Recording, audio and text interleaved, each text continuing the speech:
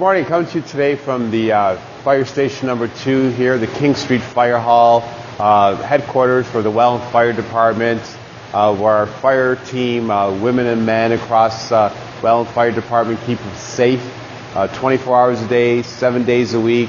Not just the full-time firefighters, but also our volunteers that do a great job. Not only keeping, again, Welland safe, but even our neighbor communities. Things like Port Colborne, we knew that horrendous fire that happened this past week in Port Colborne, and our Welland Fire Department were able to go down there, give them a hand, and send some of our equipment along with us. So Tuesday, we're at General Committee meeting again. General Committee meetings start at 6 o'clock. They're not televised or streamed, but you're welcome to come in the audience at City Hall, and you're welcome to sit down. So 6 o'clock start this Tuesday for General Committee. Kind of a light schedule going on this week, but there are a few things. We do have a presentation regarding our Brownfield CIP, the Community Incentive Program. Our brownfields are basically industrial land around the city that have been abandoned or are basically empty. Always doing studies to see how we can incorporate some of those lands and redevelop them across the city to bring industry. So we'll have a presentation on that, very informative, and we'll get some information about the brownfield. Talked about this last week on the agenda from our bylaw department.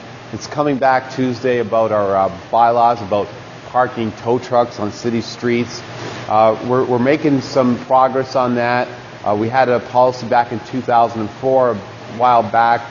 So we're looking possibly of developing a minor variance for people who own those trucks that they use for their services, things like for their jobs, so they can able to park those vehicles, especially if they're using it in their transition as they go about their work. So that's coming back again. We'll have some discussion about those heavy-duty trucks. And kind of last thing that's happening is there's also a report from staff that's coming back regarding election. It's election year here, not only in Welland but across Ontario.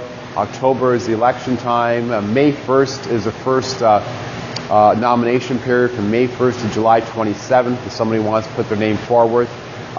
So some things staff are looking about. We're looking at trying to make the election a little bit more friendly as far as people with disabilities, easier for them to get to the election, the day of voting.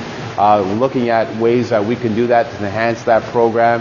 We're also looking at the recount if someone's tied for a position, how that works. And there's also looking at a new bylaw about election signs, how they work, how we can incorporate election signs across the city. So a full report about that.